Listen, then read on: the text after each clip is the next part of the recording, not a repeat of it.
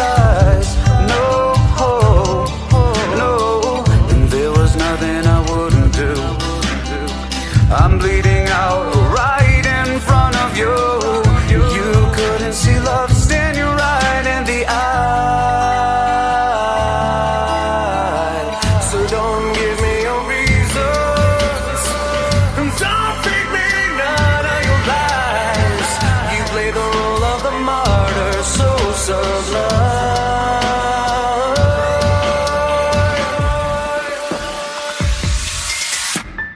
How can you sit there and lie to me? Slowly wrap your chains around my heart. How can you sit there and lie to me? Whisper God forbid and fall apart. How can you sit there and lie to me? Slowly wrap your chains around my heart. How can you sit there and lie to me? Whisper God forbid and fall apart.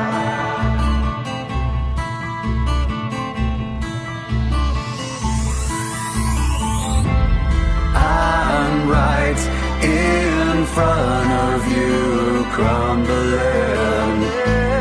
I'm done with it, mask off, no pretense.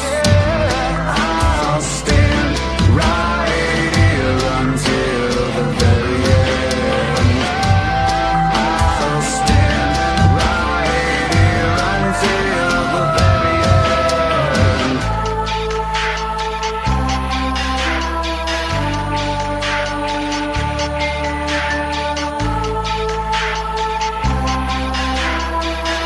How can you sit there and lie to me? How can you sit there and lie to me?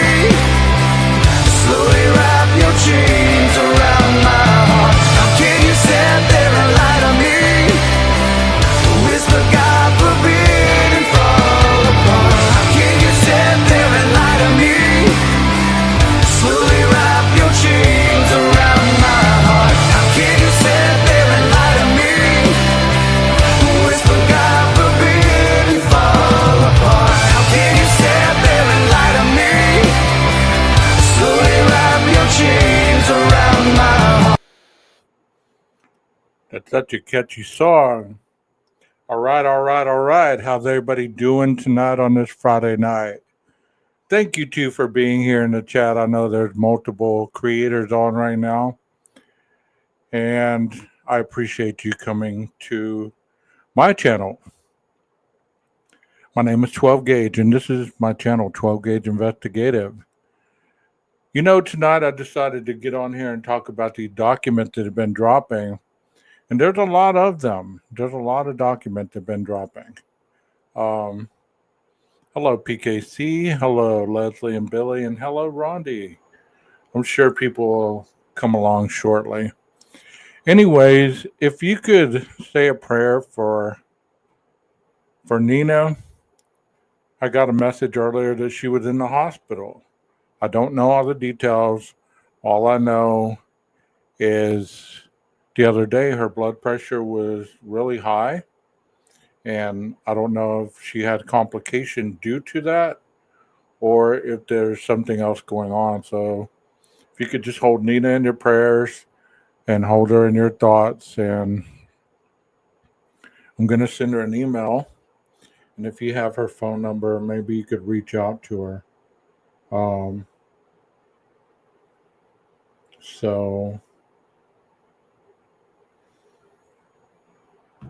how's everybody else doing on this Friday night? You know, before I begin the show, I'd like to always check in with you guys. You know, I did a show this morning, so I've been going since like 5 o'clock this morning, and you know, I just keep on going.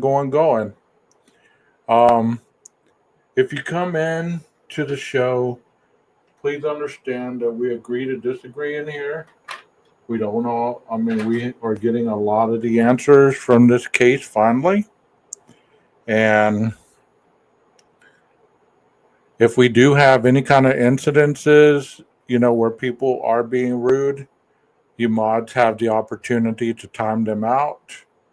And if they continue being rude, you can have the opportunity to block them. But please try not to block them. Just time them out. If they're being rude or obnoxious towards me or anybody else in the chat, always be courteous and give them a warning, and we'll go from there. If if you accidentally block somebody, um, please make all the effort to unblock them, because we don't want people to think, or not block them if you time them out. We don't want people to think that we're in the business of timing people out just for the sake of timing them out. And if you're watching in here and you come in here, do understand that sometimes things happen. The mods get going pretty quickly, and they're doing a lot of different things. So cut them some slack. They work hard behind the scenes, so it's always in an accident state of mind, not necessarily. I mean, I'm sure they'll tell you, "Hey, cut it out, or we're gonna have to do other things." So let's go ahead and start with the first document. We're going to talk about, and I know that y'all probably watched this a million times by the time you're getting to me. I want to talk about the text messages. And I talked about this a little bit last night because I showed Viviana's take on it last night, and I wanted to give my take on it tonight, where I could actually have some time to talk about it and not have to rush through it. Because, I still had to go to work this morning, and I didn't want to rush through this. Wanted to, have the opportunity to discuss it. One thing that I do want people to know is there's been such a division in this case, and that started 2 years ago. I don't know where people's perspective is regarding, the case in general, but there has been a division for as long as I can remember. And it's sad that, we have such angst in our hearts towards people that survived, because there's been a lot of shows that I've been watching, obviously lurking behind the scenes, just checking it out, see what their stance was. And I watched one a while ago, and they were just going off on the surviving roommates. And I will discuss that further as I read more of this. Can y'all see that clearly, or do I need to make it bigger? Is that big enough for you guys? I know I don't have my glasses on, so I got to make it a little bigger, so I can see it. It starts out, comes out of the state of Idaho by and through Latah County prosecuting attorney, and respectfully moved to court for an order in limine allowing the state to admit the text messages of DM on November 13, 2022, and the testimony from DM and BF regarding their conversation with each other on November 13, 2022. The phone records were discovered on the hard drive of DM iPhone extraction provided on April 5th, 2023, in the state's Exhibit 18 from the grand jury record. The testimony of DM and BF was provided to the defense as part of the grand jury record. As you all know, they went before a grand jury and testified on these situational events, and they were asked questions. What has been out there is there's been a lot of speculation about, who talked to the jurors and what did they say, and, stuff like that. Nobody really knows what was said. Nobody really knows, what was said, what was disclosed, or if anything was disclosed. It's been speculation. And, we can't assume that we know what was said or not said. It was stated by one of the families that, they spoke with the grand jury and that's what they told them. But we don't know that for certain. In general, testimony that is hearsay is excludable at trial. However, there are exceptions to the rule. Two firmly rooted exceptions are, and here are the rooted exceptions, and here is the case law that goes along with it. I'm going to read this little part right here, though. I thought this was interesting. It says there are three principal requirements which must be met before hearsay evidence may be admitted at the present sense of impression. One, the declarant must have personally perceived the event described. So keep that in mind, okay? The declaration must be an explanation or description of the event rather than a narration. Keep that in mind. And the declaration and the event described must be contemporaneous. Okay, so those are the three things to keep in mind. And here it talks about both exceptions require that the declarant personally perceive the event or condition about which the statement is made. In addition, both have temporal limitations which limit admissibility. Under the present sense impression exception, the declaration must be substantially contemporaneous with the event in question. The fundamental premise underlying the present sense impression exception is the substantial contemporaneity of event and statement minimizes unreliability due to the declarant's defective recollection or conscious fabrication. So there's other case law, as I've told you before, and it just goes on and discusses how these past cases have been documented with the case law. So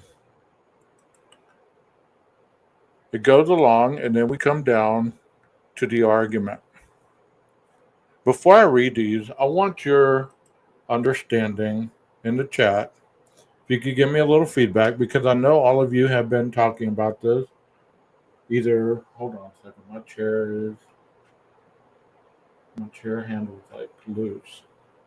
I know Salty did a panel of this today. I don't know if this is the one she did, but I'd like to know what your impression of what you heard or what you read yourself of these text messages before I begin.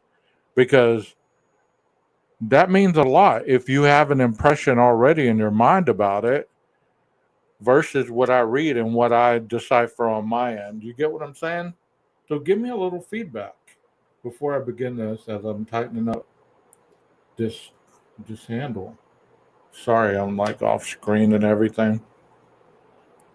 So share with me what your general consensus of this is.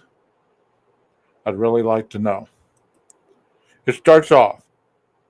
DM's phone records contained in Exhibit S1 for November 13, 2022, and BF, a testimony contained in Exhibit S2 as to what DM told her should be allowed at trial.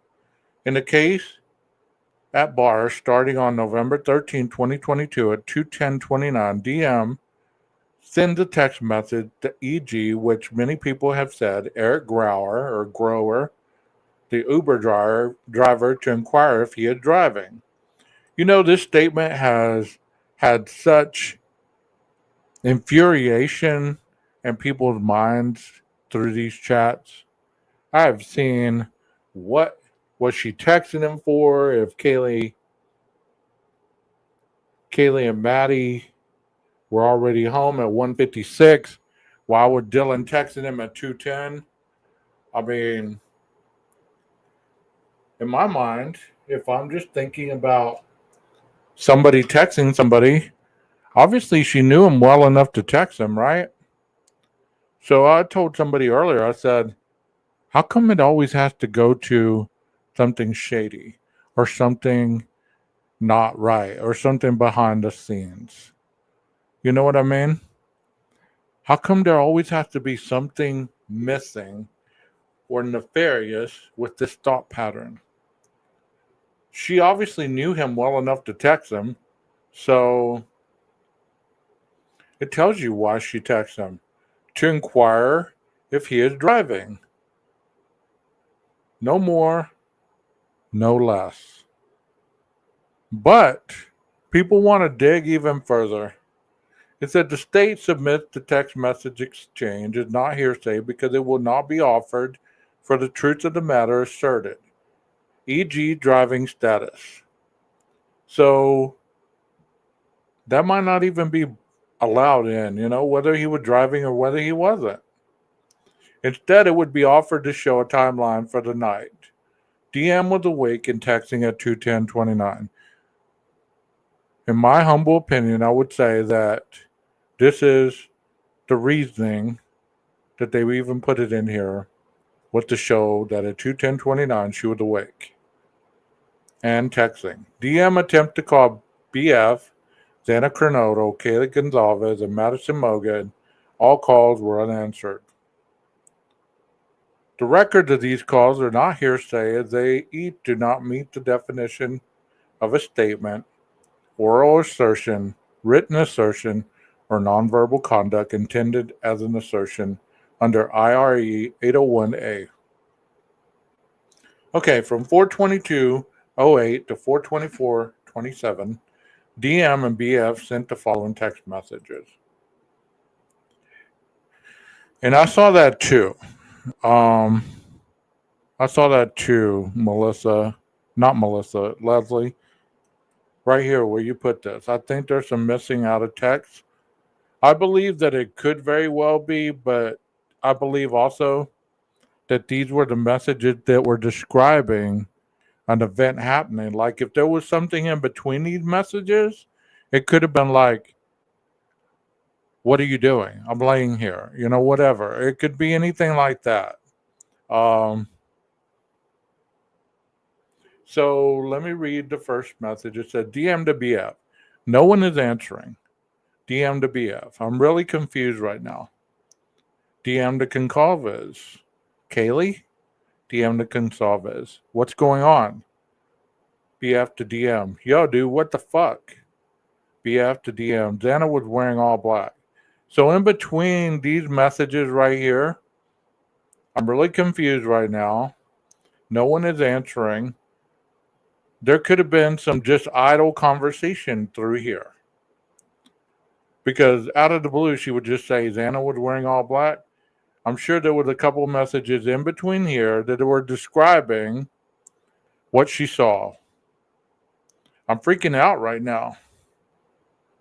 No, it's like a ski mask almost. So there obviously is some messages in between all these right here that they're saving for the trial, I'm sure.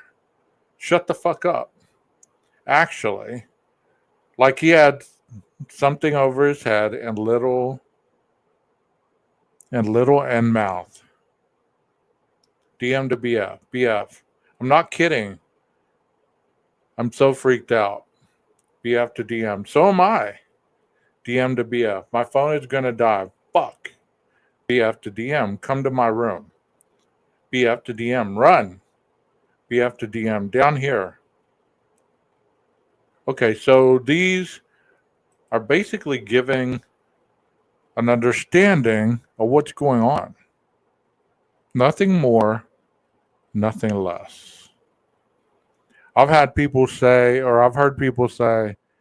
well, she was drunk and out of it and everything else. How could she be lucid enough to be texting her like she is? She wasn't comatose. She wasn't in a coma. These people act like they've never drank a day in their lives or they've never been under the influence. And if they haven't, then they shouldn't be opining on things they know nothing about. These are 20-year-old females. 20-year-olds. Not 34, 39, 43, 50, 60, however old people are that are opining on this. They're 20-year-old females. And some of these people that are opining on all this stuff have daughters. or granddaughters or both. They have multiple daughters. I just pray that nothing horrible ever happens to one of your family members, because do you really think people should give you sympathy if it does? The way that you rake these two surviving roommates through the coals, and even saying that they had something to do with it. I saw a thumbnail earlier with Bethany's photo and Dylan's photo, and they both had devil horns on them. That person should be ashamed of themselves. I heard somebody say, "You're telling me that you were awake texting Bethany and you couldn't call 911?" Do you see in these text messages anywhere where it says, "Bro, I think somebody just killed all four of the people"? You see anywhere in those text messages that says that? Or any assumption to that point? I think something's wrong with Kaylee or Maddie, or even Xana or Ethan. No. It says no one is answering. I'm really confused right now. Since you don't know what the word confusion means and you want to get on here and yell on the mic, yell at the mic, like the louder you get, the more it's going to make it true what you're believing, or your biasness. It will make it true to your audience, but not everybody has to drink your Kool-Aid. Let's be specific. Dylan was confused. She was disorientated. She was not in a coma. She was not blurry and seeing things or anything like that. She had just been drinking.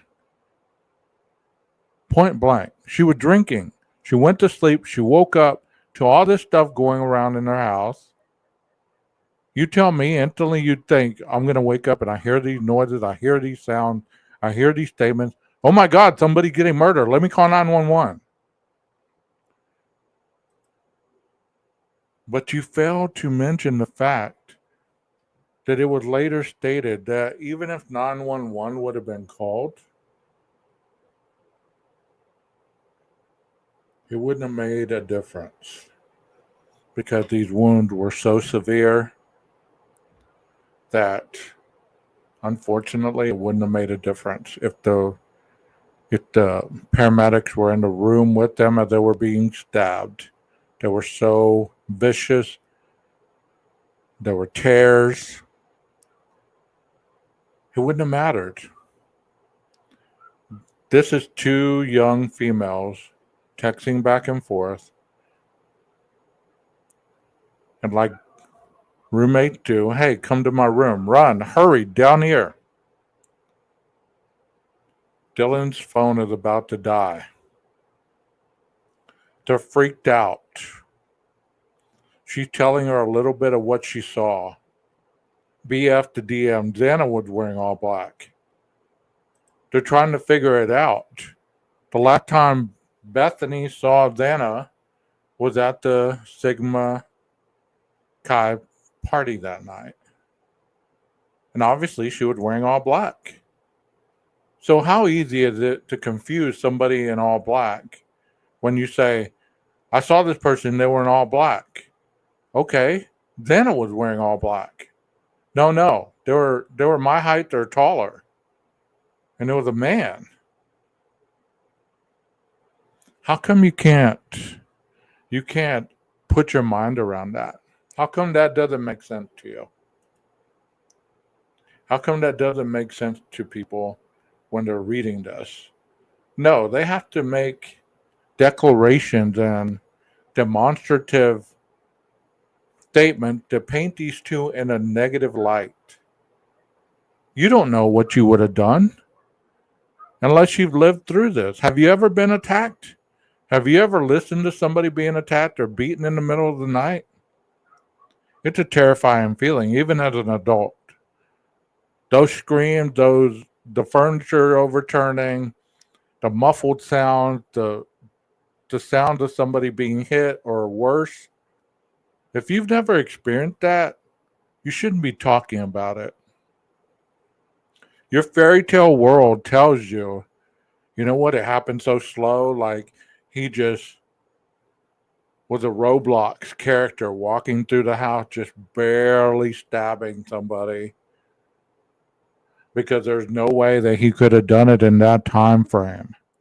Yes, there is plenty of ways. And if you actually did research, you wouldn't say such asinine things coming out of your mouth. There is a way. I've had multiple people on my panel that have discussed stabbings and, how a K-bar knife works and all this other stuff. One of them was in the military, a Marine.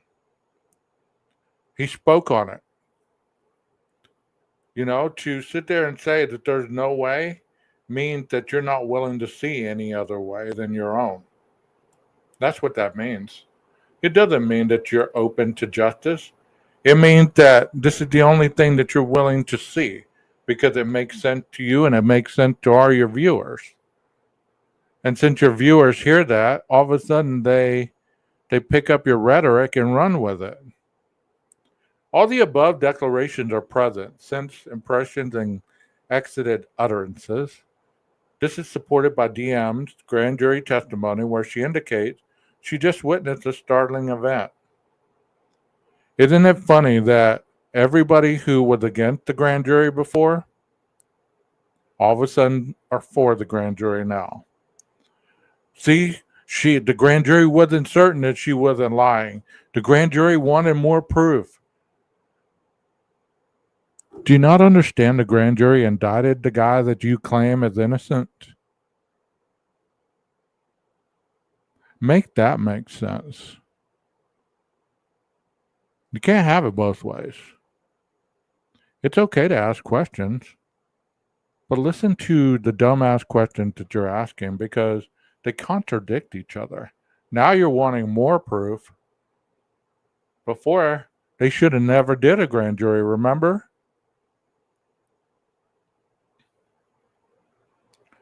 She heard noises in the residence and saw an unknown male in the residence. How many of you females, if you wake up tonight, are going to be remembering if you see an unknown person in your room, even if it's a family member for a split second, before you focus, are you not going to have that kind of feeling? That startled, kind of frozen for a second? And for those that say she wasn't in frozen shock phase because she was calling and texting, nobody ever said she was in frozen shock phase all night. That's stuff that y'all have created and told people and say, she must have been frozen in shock phase all night. Because in the morning she started cleaning up 8 hours. Yeah. Well, I understand that. But at 20 years old, I'm sure the 20-year-old you and the 20-year-old me, even as a guy, I still would have been startled. You know what I mean? Yeah. It's a natural reaction. But many of these people don't want it to be natural. They want it to be just like I'm saying. They want it to be a moment that is so slow that you're able to articulate second by second, like the Matrix bullet scene where it's slowing down, where you can see the bullet flying past them. You know what? This man was on a mission. You think he was slowing down enough to glance at Dylan and say, I hope she doesn't see me? No, he was probably like, is that somebody in the doorway? Or is that door just cracked open? I got to get out of here. Fast, methodical, and to the point. So she saw an eyebrow. I'm thankful she saw that much. I'm thankful she saw his outfit. I'm thankful that she was able to recall as much detail as she was. I'm not going to pick apart her testimony. I wasn't there. I don't know if I would have seen that much. Wiping my eyes and the dude's gone. Boom, he's out. The declarations indicate both BF and DM are trying to make sense of the startling event contemporaneously or immediately following the startling event. No time for reflection or fabrication. So, if you know what that means, it means there's no time to reflect on it or fabricate it. You see it, you speak on it.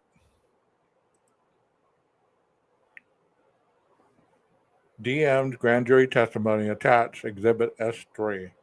At 4:24:39, DM calls Ethan Chapin. He doesn't answer, of course, at 4:29 or 4:24. This phone record, like the other records of the calls, is not a statement pursuant to IRE 801A. DM and BF continue to text.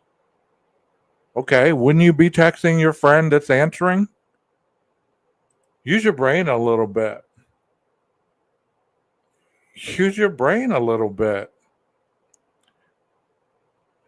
You're texting, you're calling, and one person's answering. Aren't you going to continue to text that person and be like, hey, bro, what's going on? What's all this noise? Did you hear anything? Did you see anything? No, what did you see? What did you hear? Well, I saw this. I saw this. I heard it. Nobody else is answering. I'm freaking the hell out.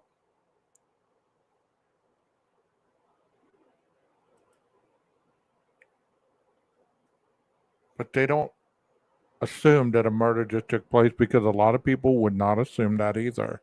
I don't care how much of a man or a woman you are at this age in time because most of you are not 20-year-old creators.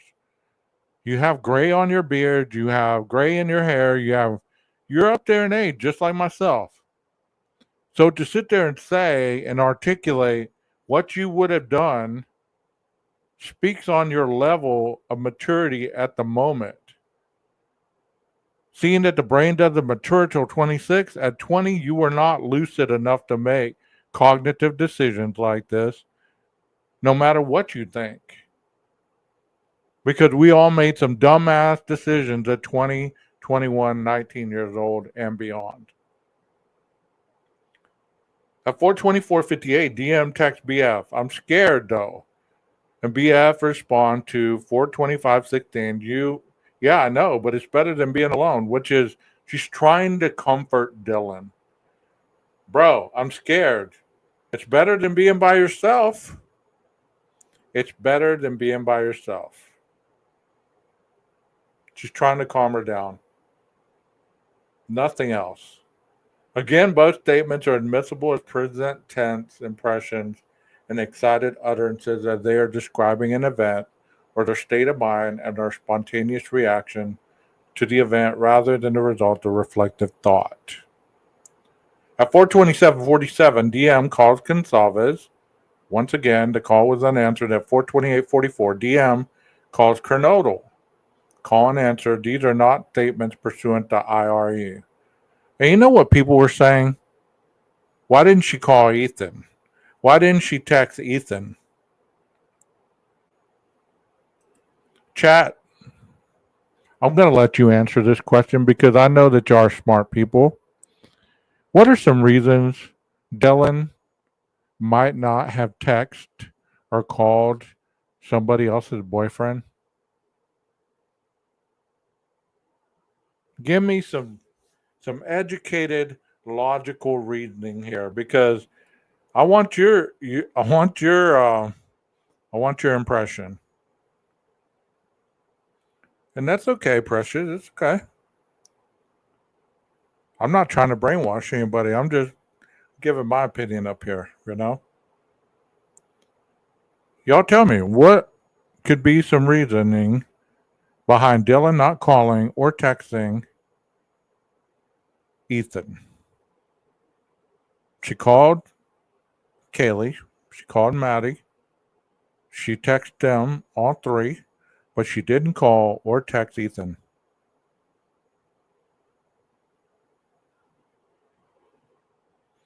Okay, we got two answers. Maybe she didn't have his number because she wasn't sure who it was. She was wondering who it was. She called him that morning. Okay, she did that morning, but during the night, she would not call them. Before that, she would just call in the girls. I don't see anything malicious or nefarious about it. I don't either. Past character might not know he was there. So these are a lot more feasible. Occam's razor. Y'all know what that is by now.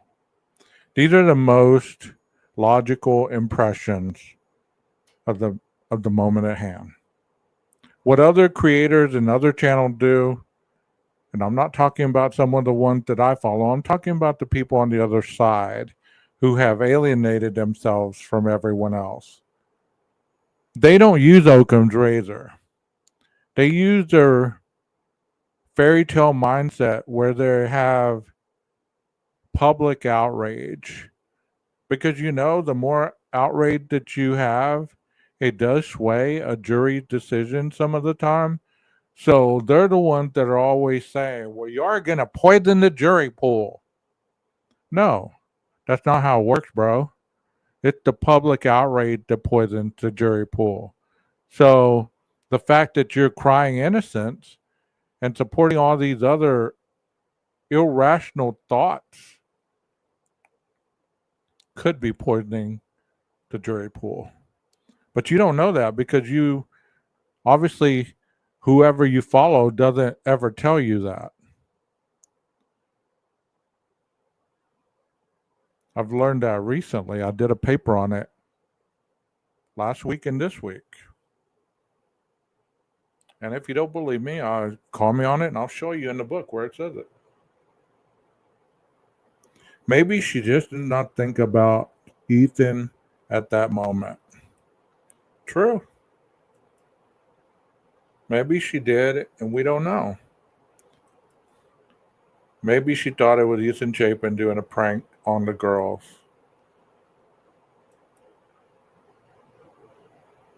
Hey, Michelle. Very true. We don't know. But the fact that, you get what I'm saying? It's like these little things that you don't see are the things that people focus on rather than what you do see. For 2 years, people have been saying, we need more transparency. We need more of the information. I'm going to read the 911 call to you too. I'm building this up. But now you have it and you still cannot absorb it. If that doesn't say bias, I don't know what does. It's not for justice on your part. It's for public outrage. It's for angst and the ability to sit here and yell into your microphone that the police are corrupt, the FBI is corrupt, everybody in Moscow's corrupt. But it's interesting to me that you claim everybody in Moscow is corrupt, but everybody in Pullman, where he lived, is not. One little city, you just claimed that one little city. And it's one creator, and I'm going to speak this out loud because I heard this creator say it. He said, all the people in Moscow are inbreds. And I know that a lot of people don't know he said this, but it's on camera. I mean, it's on video. He called them inbreds. But yet he wants justice for the four. They call these individuals names. They tear down their character. They make jokes. And they make all these statements that just dehumanize these girls because they want them to be involved. They want them to be the one that killed them or had something to do with it. While at the same time, they have a child of their own that's listening to this bullshit. I know one of them has a girl, a female. The other one has a granddaughter that they always talk about. But they're okay with having them listen to their rhetoric BS about some girls that they don't even know. They sound like a bunch of women hating men, if you ask me. Because if I had a daughter, there'd be no way that I'd be talking bad about women the way they talk about women. Because I'm showing my daughter to get with a guy who's an asshole just like me.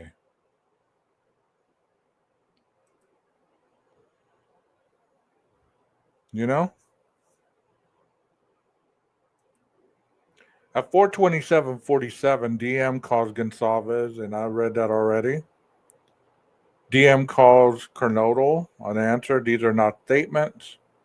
At 4:32:57, DM sends a text message to Gonsalves stating, "Please answer." This statement is present sense impression. It showed DM perception of events and an excited utterance, spontaneous reaction to the event rather than the result of reflective thought. Spontaneous reaction to the event rather than the result of a reflective thought, meaning that spontaneously she's reacting to this, not thinking it through, and then speaking on it. It's not something that was stated in an interrogation.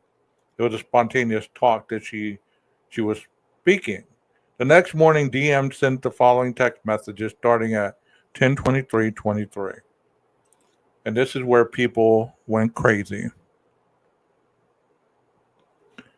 People went crazy on this. Was she texting Kaylee at 10:23 and she still doesn't go and check on her? You don't know what type of relationship these people had. They were roommates, not lovers. They were roommates, not sisters. No matter what you think about the Greek life, you know what? You let people live their own lives. Mind your business. That's the utterance of this generation. Stay in your lane. Leave me alone. Hell, they have parents who hawk over them enough when they move out of the house. They don't want their roommate to be the damn helicopter roommate. So she's doing what she can. Please answer. Are you up? To Mogan. To Gonzalez again. Are you up? These text messages are not hearsay because they will not be introduced for the truth of the matter asserted. Even if deemed hearsay, they are allowable as present sense impression as they reflect the consistency and continuation of DM text messages from the night prior and reflector than the perception of what was occurring. Waking up and realizing that she had not heard from her roommate. So she did go to sleep. She went in Bethany's room and went to sleep. Okay, your roommate don't answer you? How many times do you text your friend in the middle of the night and they don't answer till the next day after they've already gotten to work? I don't know what world you live in, but most people have jobs, most people have school appointments, most people have lives where they're not on their phone 24/7 and they answer every second. You get what I'm saying? So the fact that they didn't answer isn't that big of a deal. But she's still reaching out. She's still showing concern. At 11:39:09, DM had a text exchange with her father. BM, these statements are not hearsay. They will not be introduced for the truth of the matter asserted, but instead to show a timeline of the morning. I heard another creator call her dad a meathead. He said, "Oh, she called her a meathead father. Oh, anybody messes with my daughter, they got me to deal with." You know what? That's a man right there. The fact that you got to call grown adult names, it shows how immature you are. And I wish that that father would be able to catch you and stand in front of you and question your words, because then you probably would slither away like the snake that you are. There's only tough people on this internet behind the scenes. A lot of them have never done anything like they claim to have done and are not as tough as they claim. Some of them claim, just give me this amount of time, just this amount of time, and I'd whoop their ass, or I'd show them not to mess with little kids or not to mess with this. But if you look in their closets, they got skeletons in their closet that they should have cleaned out in their own closets before they worry about other people's kids. I stated to one creator, you know what? You're sitting there talking bad about a family because they're trying to get justice for their daughter who was murdered viciously. And your daughter is needing you and saying, Daddy, Daddy. And you're like, hold on a second. And shooing her off to watch TV while you're doing a live? Father of the Year material, if you ask me. And that person got mad and blocked me. But one thing for certain, I don't play tough on the internet. I don't. You don't believe that I am tough? That's on you. But this isn't about me. This is about the way that these presenters have victimized these victims and how bad they talk about the families and the parents. DM received a text message from Jay stating, Bro, the text message will not be introduced for the truth of the matter asserted. So this doesn't even have anything to do with anything. At 11:50:58, DM calls EA. This phone record is not a statement pursuant to 801A. DM received a text message from Jay at 11:51:01 and a vandal alert at 1:04:01. These texts are not hearsay because they will not be introduced for the truth of the matter asserted, but instead to show a timeline for the morning. No other reason. Now, why did she call her dad? Why didn't she call 911? Well, maybe because she was busy cleaning up everything at y'all assert for the 8 hours. Oh, how could that be when she was like waking up at 10:23 and then calling people from then on? Where would she have time to clean everything up? Flushing the drugs, throwing the guns out back, smoking a blunt with Demetrius and Emma in the backyard. All that good stuff people have said. Pathetic. DM and BF testimony.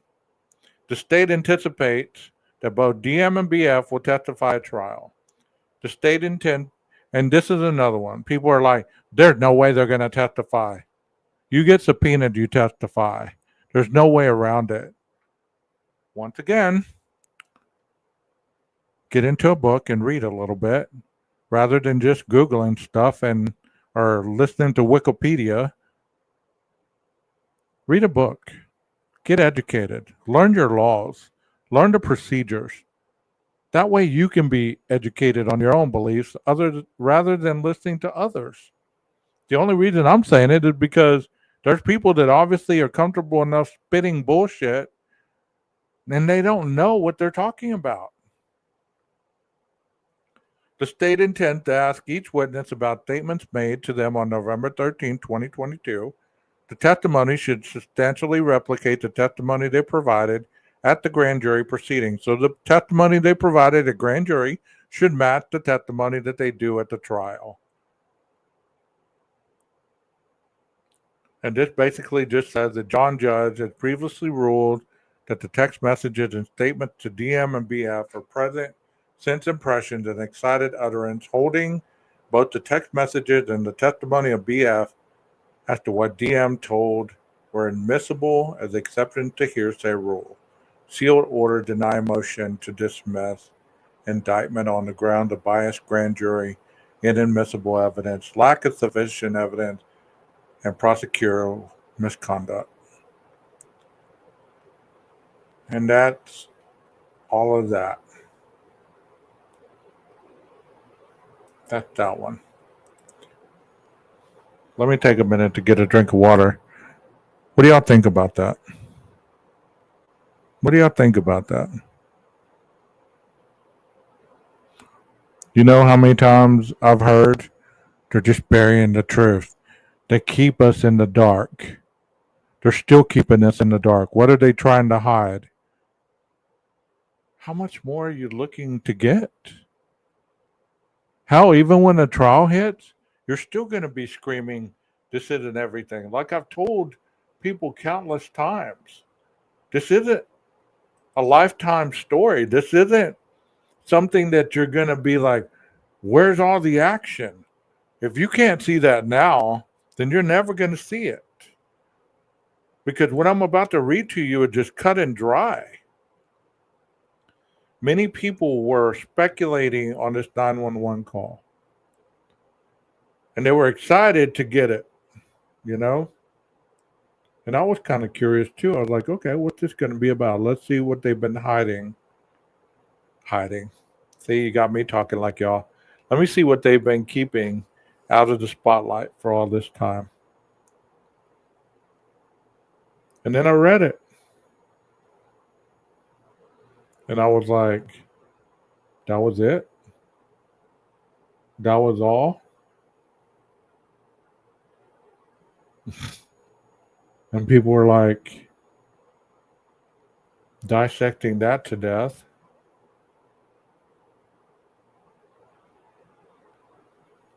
Why were they passing the phone around? Here it is. Why were they passing the phone around?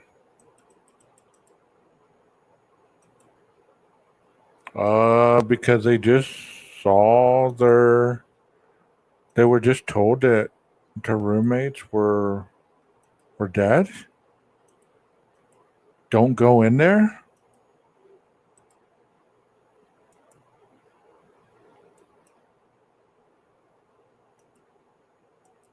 I'm going to show you something that Viviana posted earlier. I'm thankful she's around because she makes getting stuff very quickly easy, because I can just go to her page and just pull something up because it's usually hours old. It's not very old. So here's the 911 call transcript. Okay. Are y'all ready for this?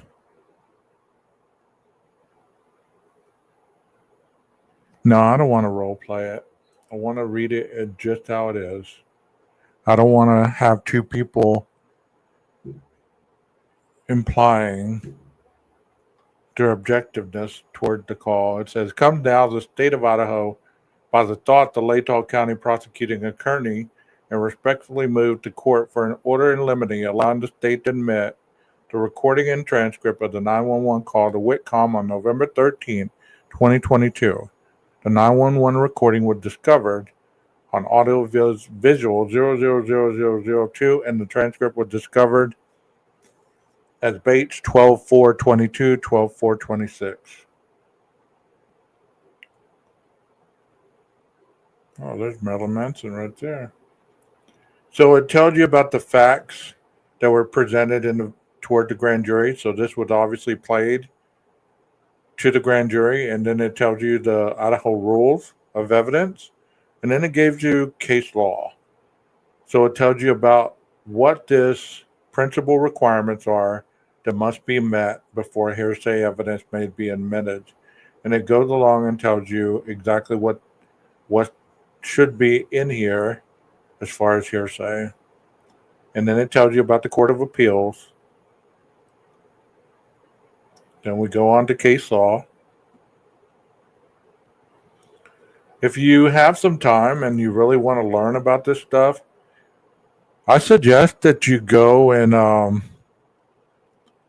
that you read some of these cases that are highlighted in this case law, because it really gives you an understanding on what these documents are talking about, because it breaks down exactly what they're talking in that case law towards 911 calls. These are all about 911 calls.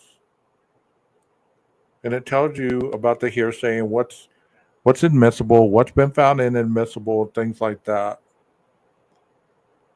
This says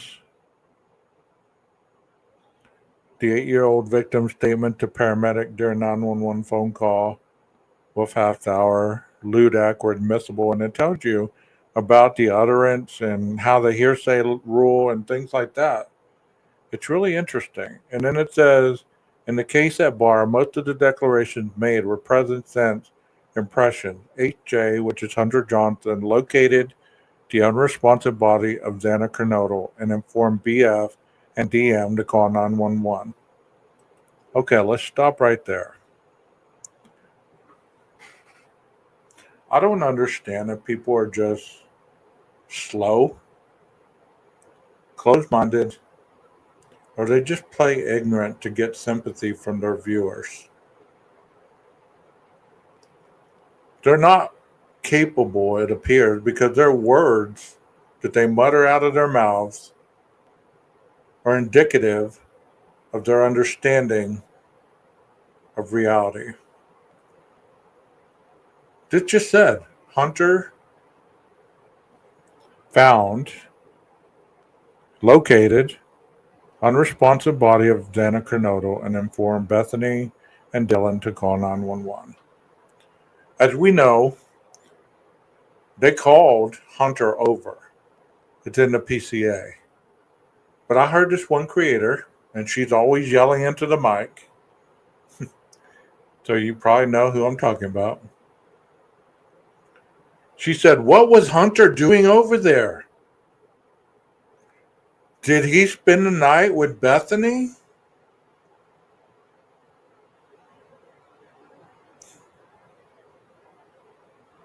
What was he doing over there?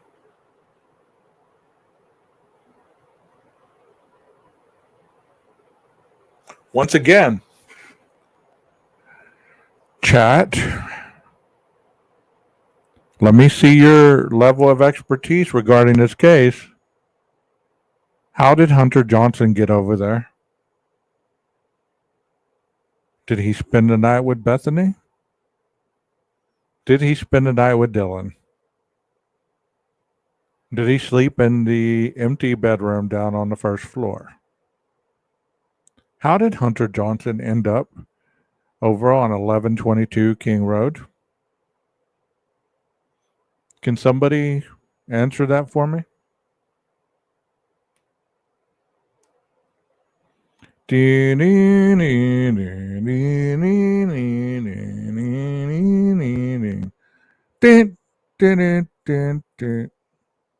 HJ text DM. DM called. Yeah, HJ text DM. Minutes later, 911 call was made. But yes, they called him. Dylan called him or texted him, or kind of like what PKC says. I know that the frat boys were summoned and they came. Hunter appeared to be that leader, even though he wasn't in the fraternity, as far as I remember. He still was a leader amongst that crowd of friends. And he came over because DM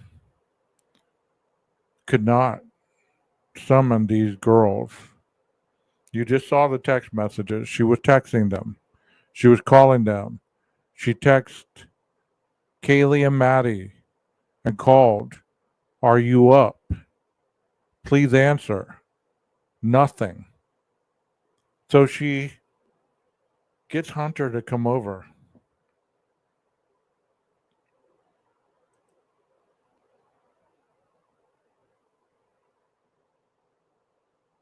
There you go, PKC. There you go.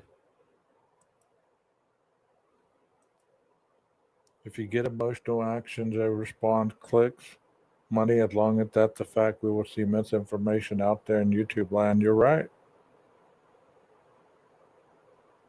Yeah.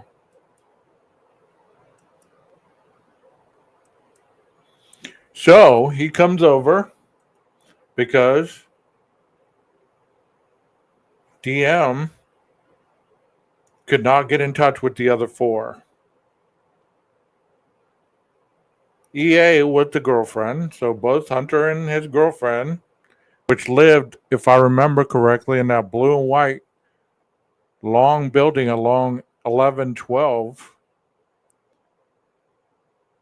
and they were present, all three of them, all four of them. All declared personally perceived the event Kernodle unresponsive. The majority of the declarations were describing the dispatcher, Carolina Calvin, what they were perceiving, present sense impressions. Those statements relate to Kernodle being passed out and not waking up.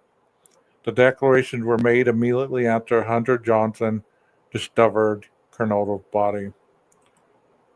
Let me walk you through this, okay? People are like, how did they not see the blood? Put on your thinking caps. I'm no expert, but you see somebody laying on the floor, either the blood has seeped all the way into the mattress, or the blood, and I'm not trying to be morbid here, but the blood that Xana had drained out of her was part of the blood that drained out of the house. So there wouldn't be but dried blood particles around her. And it didn't say they lifted her up and examined her. It just said she was unresponsive. It didn't say they shook her and saw whether she was alive or not. It said she was unresponsive.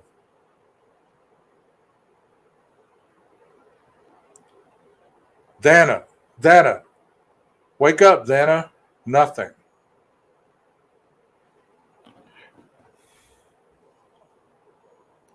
Call 911.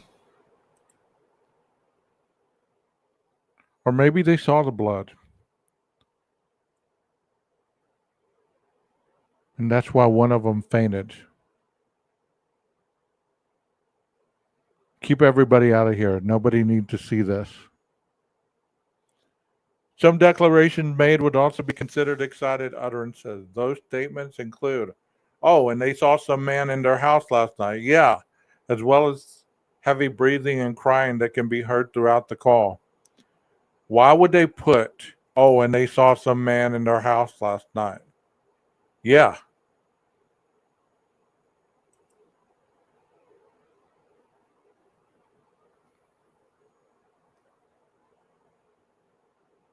Why would they put that in there?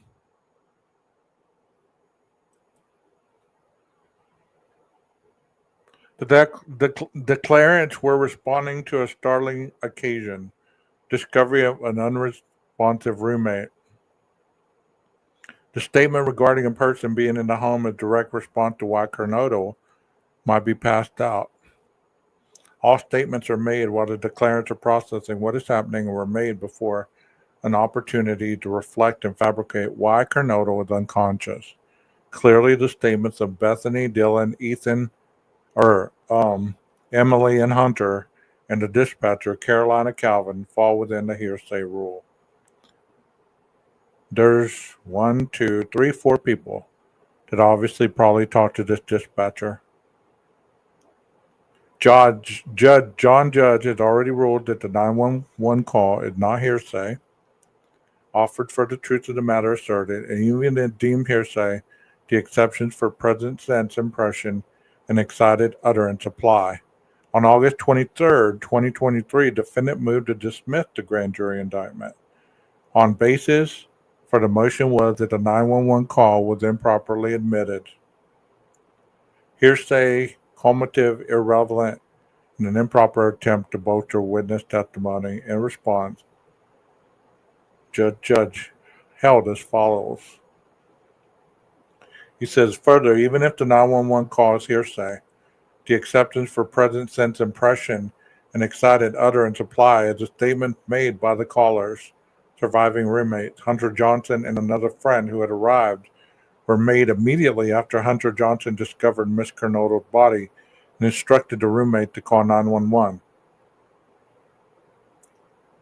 And people are saying, well, we've been told that he found Ethan first. Once again, you can't wrap your head around something changing?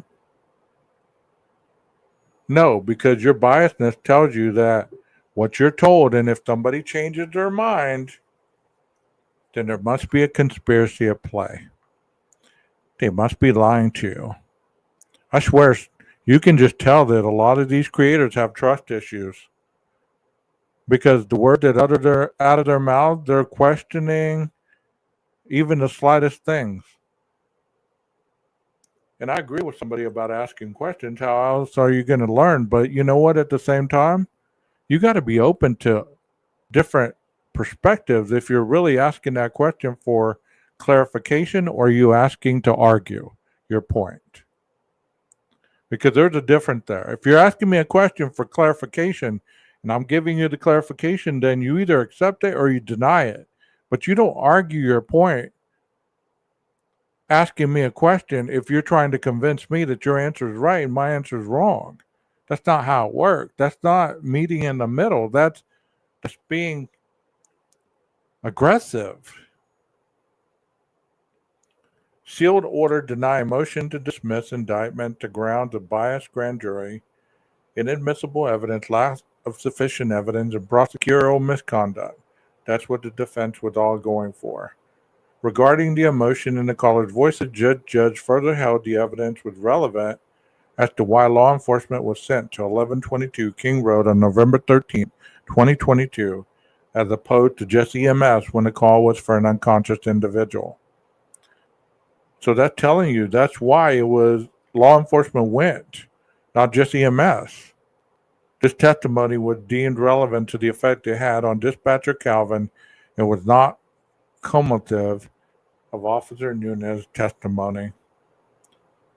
So there's more case law. And that tells you, that the state is going forward with that. And here's the transcript for the 911 call. When I saw this, I was like, that's it? That's it? Q dispatch, Q1 is man, Q2 woman 1, Q3 man 1, Q4 man 2, Q5 man 3, A woman, A1 woman 1, and A2 man. So it looks like this was probably Ethan, Emily, and one of these women was probably either Dylan or Bethany. So you see all these people, right? I would say that they're the same people, just in different sequences, but I could be wrong. 911, location of your emergency. Hi, something is happening. Something happened in our house. We don't know what we have. What is the address of your emergency? 1122. No, don't. What is the rest of the address? Oh, Kings Road. Okay. And is that a house or an apartment? It's a house. Can you repeat the address to make sure I have it right? I'll talk to you guys. We live at the right, so we're next to them. I need someone to repeat the address for verification. The address is 1122 King Road. And what's the phone number that you're calling from? What's your phone number? Redacted. What the rest? Okay, and tell me exactly what's going on. One of the roommates who's passed out and she was drunk last night and she's not waking up. No, we saw. Okay. So that person is a woman right there. So that's either Bethany or Dylan. So they were about to say, no, we saw. And then Q says, okay. Oh, and they saw some man in their house last night. Yeah. And then the woman takes over the phone. Hi. And are you with the patient? Okay, I need someone to keep the phone. Stop passing it around. Can I just tell you what happened pretty much? There's the woman. What is going on currently? Is someone passed out right now? I don't really know, but pretty much at 4 a.m.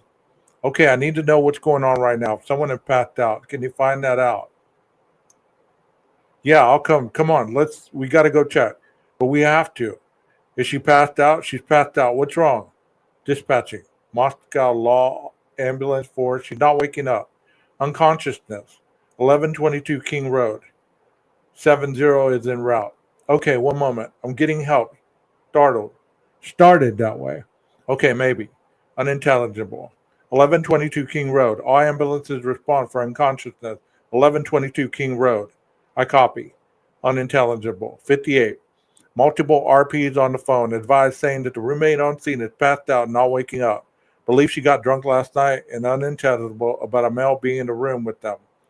Unintelligible. Being around. That one I copy about 20-year-old female unconscious trying to get further. Copy. Yeah. It's even. Evan. Okay. And how old is she? She's 20. 20, you said? Yes, 20. Here, do you want to talk to him? Okay. Hello? Okay, I need someone to stop passing the phone around because I've talked to 4 different people. Okay, sorry. They just gave me the phone. Is she breathing? Hello? Is she breathing? No. Okay. Unintelligible. En route.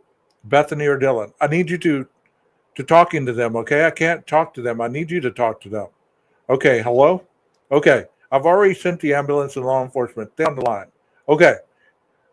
If there's a defibrillator available, send someone to get it now and tell me when you have it. Units responding. RP is advising. Unintelligible. The patient is not conscious, not breathing. Unintelligible. Okay. If there's a defibrillator available, send someone to get it now and tell me when you have it. We don't have one. Unconscious, not breathing. Do you have a defibrillator? Yeah. Yes, we have one. But are you talking to the officer? Yes. Okay, I'm going to let you go since they're there with you and can help you. Okay, thank you. Bye. Okay. Moscow, 46 out. Copy. 13. I think we have a homicide. Moscow, engine 20 is en route. 1370. 70. Unintelligible. 107. I relate it.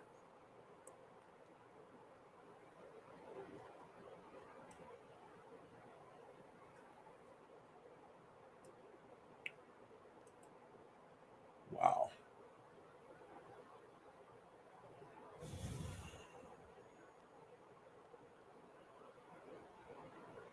Wow.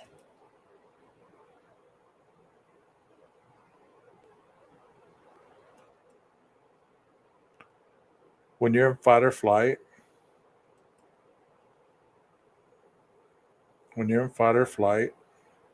obviously these 20-year-olds were.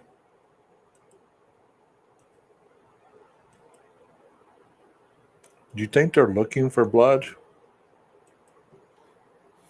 You think they're looking for stab wounds?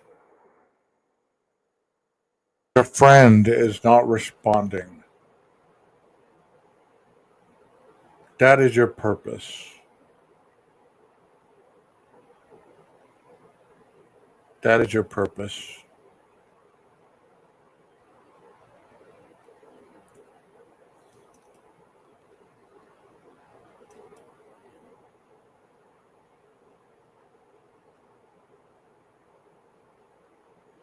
Let me show you what some of these creators' titles are. Y'all don't believe me. You think I'd just get on here and talk crap. Look at this one. Idaho 4 is Dylan involved. More likely than not. Coburger, Idaho 4, something stinky in Moscow with toes.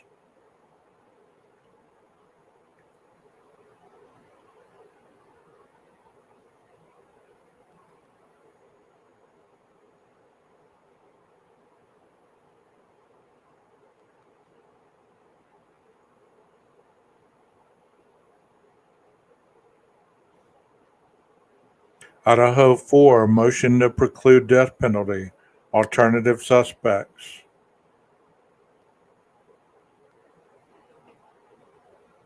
So you think I'm lying to you?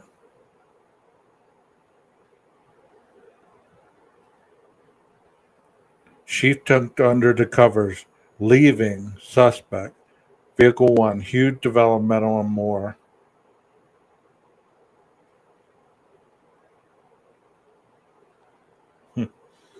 Fucking off Friday.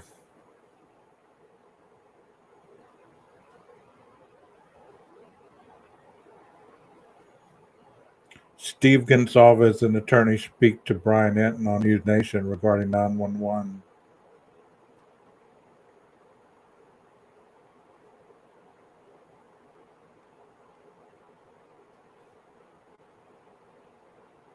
You think I lie to you about what I say? And I'm not even playing any of their stuff. I'm just showing you. Look at this one. Idaho for proof that Dylan and Bethany were involved. Their text in 911. Look at that. But these are the people that you watch. These are the people that make you feel good about the case. These are the people that make you feel like they're so knowledgeable about everything that's going on when they're victim blaming. And it goes on and on and on. I just can't find any more right now. I'll find something here in a minute. They're all over here.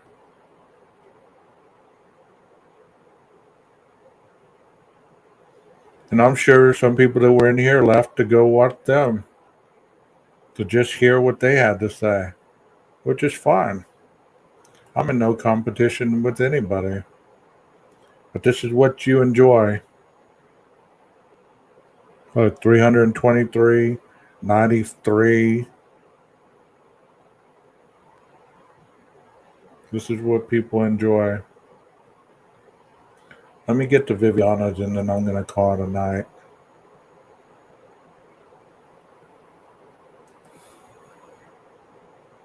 And you can call me a hater. You can call me what you want.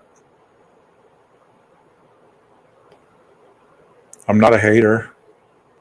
I'm not a hater.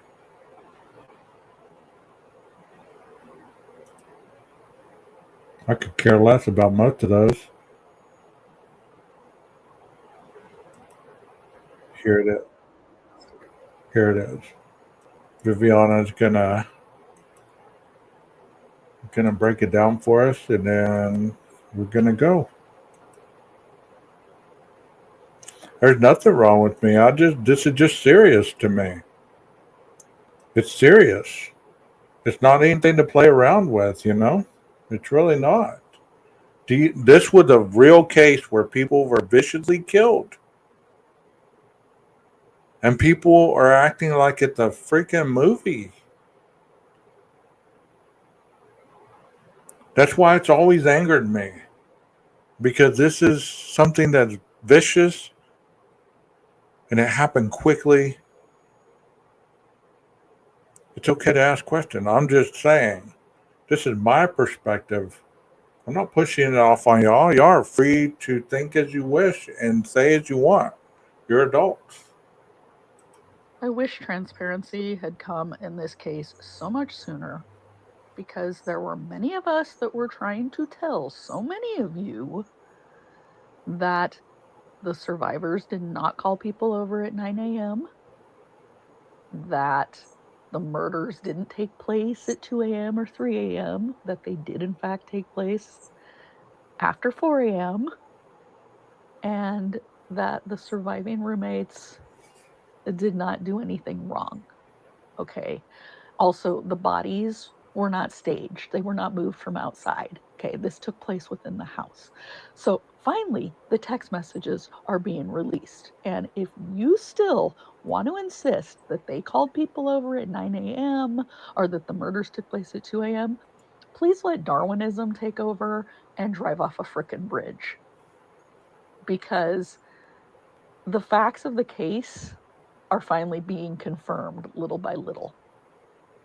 And a whole lot of you have attacked these survivors for no reason at all.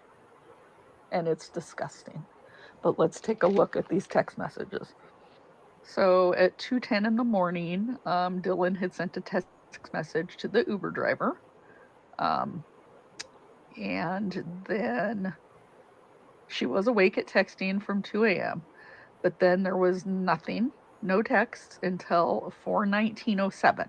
To be clear, I'm not talking about the chats. I'm talking about the creators. I'm not talking about the chats because if you listen to those creators, you know exactly what I'm talking about. I'm not talking about the chat. There's people that come from no chat to my channel.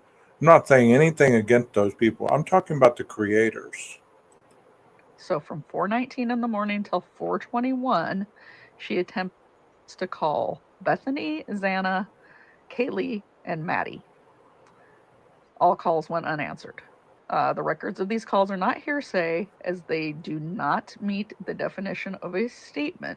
Oral assertion, written assertion, or nonverbal conduct intended as an assertion under IRE 801A. So from 42208 to 42427, Dylan and Bethany send the following messages.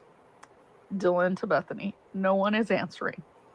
Dylan to Bethany, I'm really confused right now. Dylan to Kaylee, Kaylee. Dylan to Kaylee again, what's going on? Bethany to Dylan, yeah, dude, what the fuck? Bethany to Dylan, Xana was wearing all black. Dylan to Bethany, I'm freaking out right now. Dylan to Bethany, no, it's like a ski mask almost. Bethany to Dylan, STFU. Bethany to Dylan, actually. Dylan to Bethany, like he had something over his head and mouth. Dylan to Bethany, I'm not kidding, I am so freaked out. Bethany to Dylan, so am I. Dylan to Bethany, my phone is gonna die, fuck. Bethany to Dylan, come to my room. Bethany to Dylan, run. Bethany to Dylan, down here. And I played hers because I wanted you to hear a female's voice reading that. I wanted you to hear a female's voice reading that.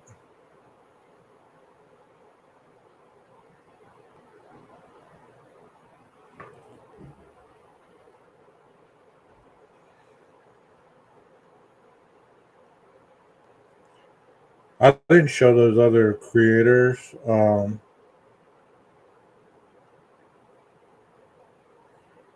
start drama, but I just believe that at this point, people have forgotten that these four innocent people, plus the two that are still surviving, are real people.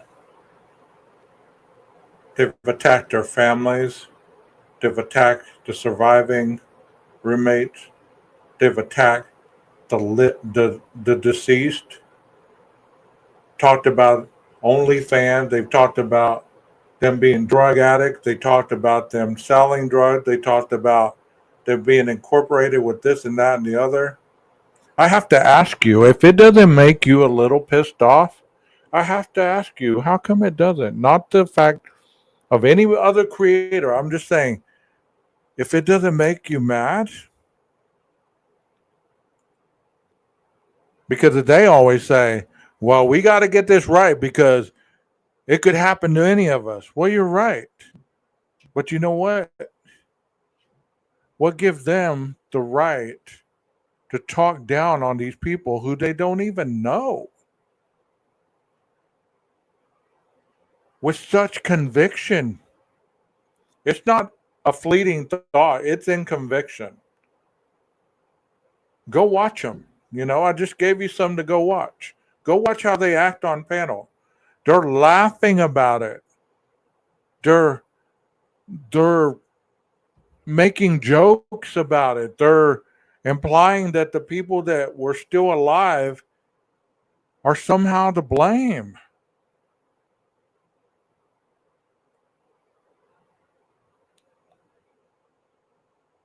I'm not even going to answer that, Melissa. I'm really not. Because you're missing the point. The point is, he'll have his day in court. The jury will either find him guilty or they'll find him innocent.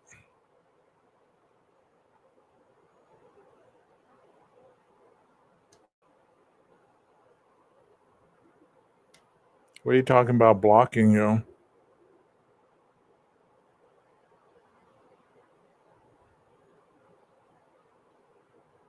Yeah, exactly. I don't block people unless they're disrespectful and rude. That's the only reason that anybody's ever been blocked in here. You know? Oh, okay. Yeah, nobody has the right to block anybody in here.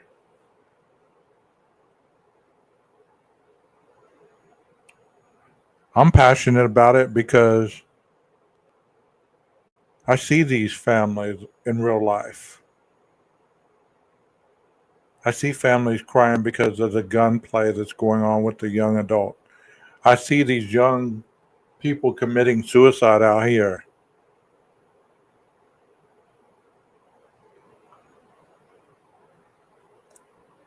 And then people say, well, what makes these four so special?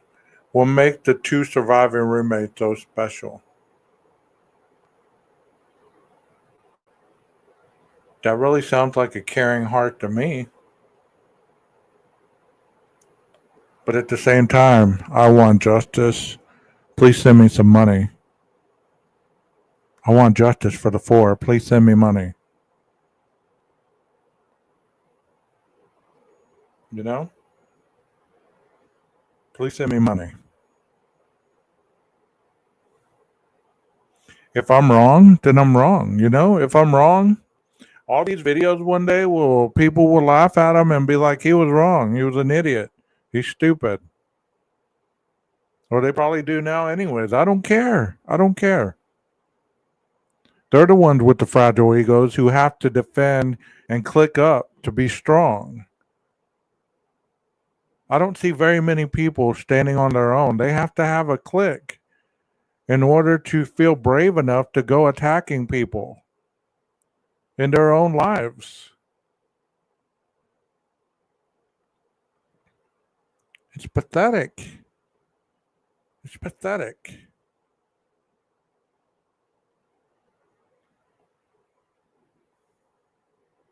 I hope that it never happened to any of you in chat or anybody that you know of. And if it has, Leslie, you talked about you losing your best friend to a serial killer. How would you like, Leslie, if back then people were blaming your best friend for her own death? How would you have liked that?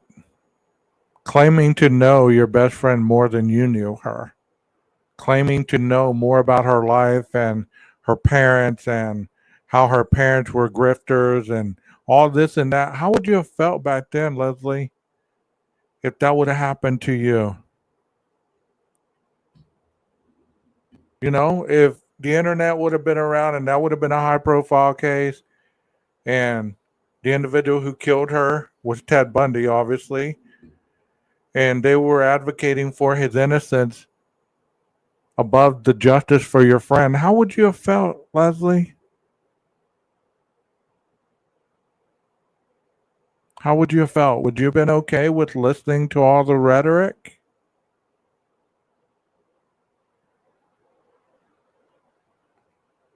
That's such bullshit, right? She didn't deserve that. But in many people's mind, cause and effect are so simple and dry until they have to face the music. And that tells you about their mentality. Everybody else is always at fault for their shortcomings. I'm sad to hear about that. I really am.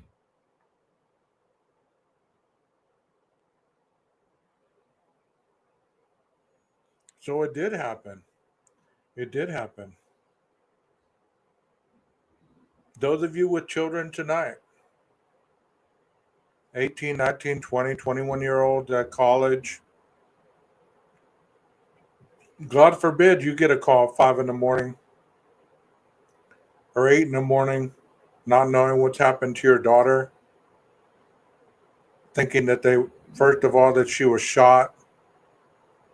And oh, you're watching a football game, so you're being sinful for watching that football game and not rushing over because you don't know the clarification of what just went down and you're trying to find out, but everybody's bashing you because you didn't run right over because that's what they would have did. Or the 8 hours that were spent cleaning drugs up and how these two are involved.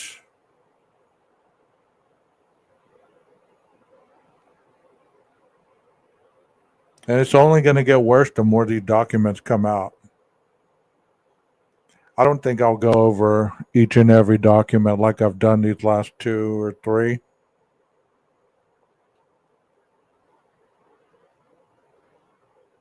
Because I don't get enjoyment out of this. This is not entertainment for me. Right now, I feel sick to my stomach. I feel sick to my stomach at humanity for some of the people that actually exist in this world that think that they are something above somebody else, and it's sickening. While there's actually people going missing, people dying right now at this moment, people being accused and being the families. I mean, come on, man. I'm not going to plead to anybody on here because you know what? You shouldn't have to change an adult's mindset, and you're not going to. That's why I don't go against these people in their chats or in their comments because you can't change an adult, especially when their mind's made up like that. But I can tell you damn well, we all face an event like this or worse. Always remember where you stood on the grandstand of all these other people who you didn't even know advocating for the killer. You better hope nobody ever kills your loved ones because I promise you, you won't be advocating for their innocence. You won't be advocating for their presumption of innocence before guilt.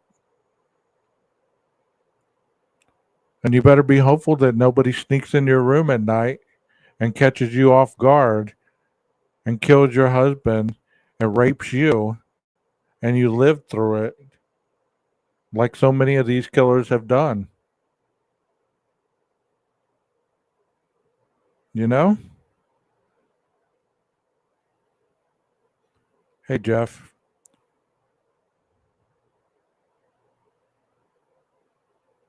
I'm just telling you, that's reality. That's real life.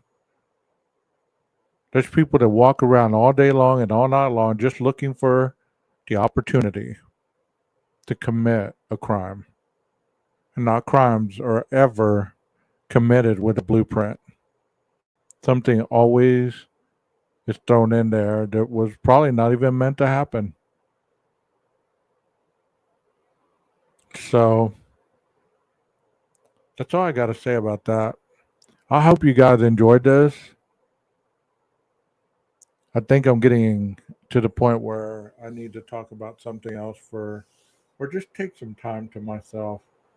I've been hitting the school hard. I got 2 more weeks and then I got 11 more weeks. And then I'm done.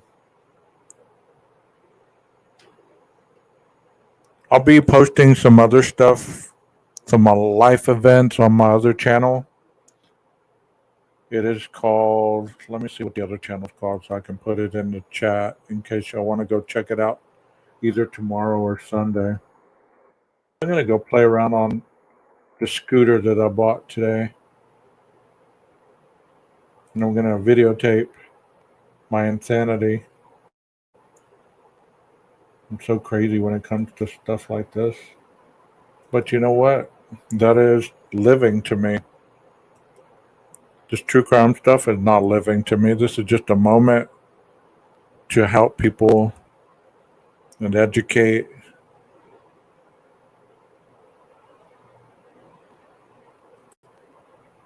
I'm not trying to be a Debbie Downer. I'm really not. But this isn't a topic that's happy for me. It really isn't. None of these cases are happy to me. And if they're happy to you and they're entertainment, then so be it. Y'all have fun. It's not to me, and it never will be. Here's my other channel. If y'all want to go sub up, you will be able to see me relax, and hopefully I don't wipe out and hurt myself. But if that happened, that's part of the process. The fun outweighs anything else. And before y'all, I'm a big guy, I know that. So I know that you can't fathom somebody big on a scooter. But you know what? I don't care. At the end of my life, I want to say that I lived my life to the fullest and I did it my way. You know?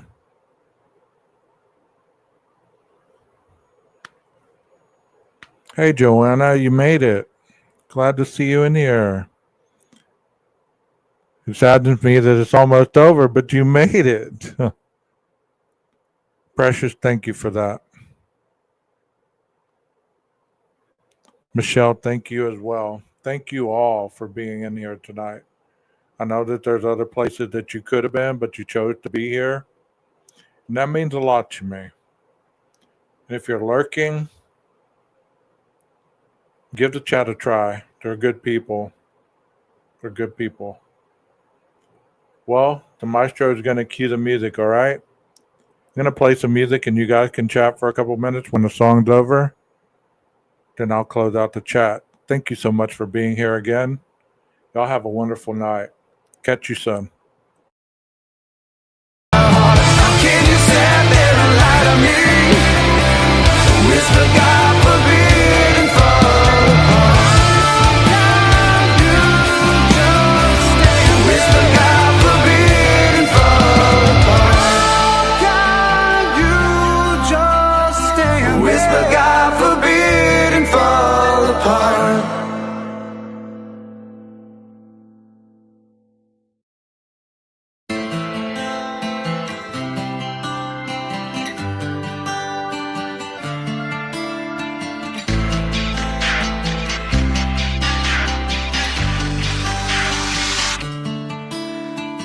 Give me a moment to contemplate the very nature of the mistake. You know, the one that's got our friends choosing sides. No, no. And every word that you said to me, and it turns out it's just fantasy. And just another way to keep me running blind. No, no. So don't give me your reasons, and don't feed me none of your lies. You play the role of the martyr so sublime.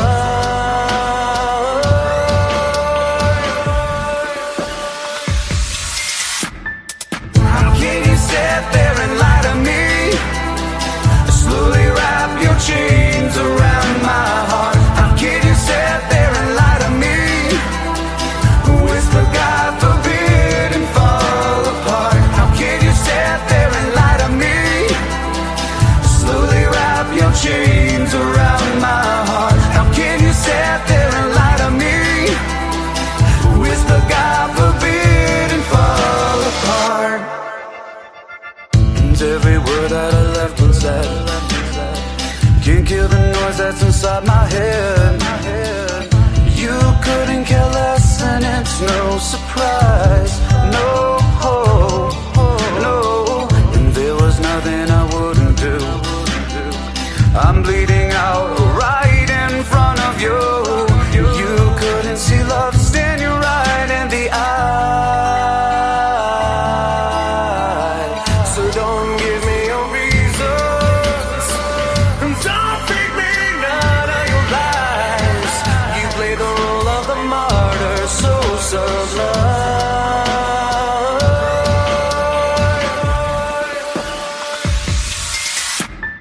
How can you sit there and lie to me? Slowly wrap your chains around my heart. How can you sit there and lie to me? Whisper God forbid and fall apart. How can you sit there and lie to me? Slowly wrap your chains around my heart. How can you sit there and lie to me? Whisper God forbid and fall apart.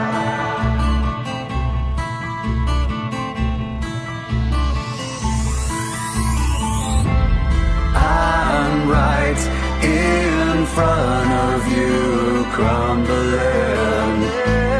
I'm done with it, mask of no pretense.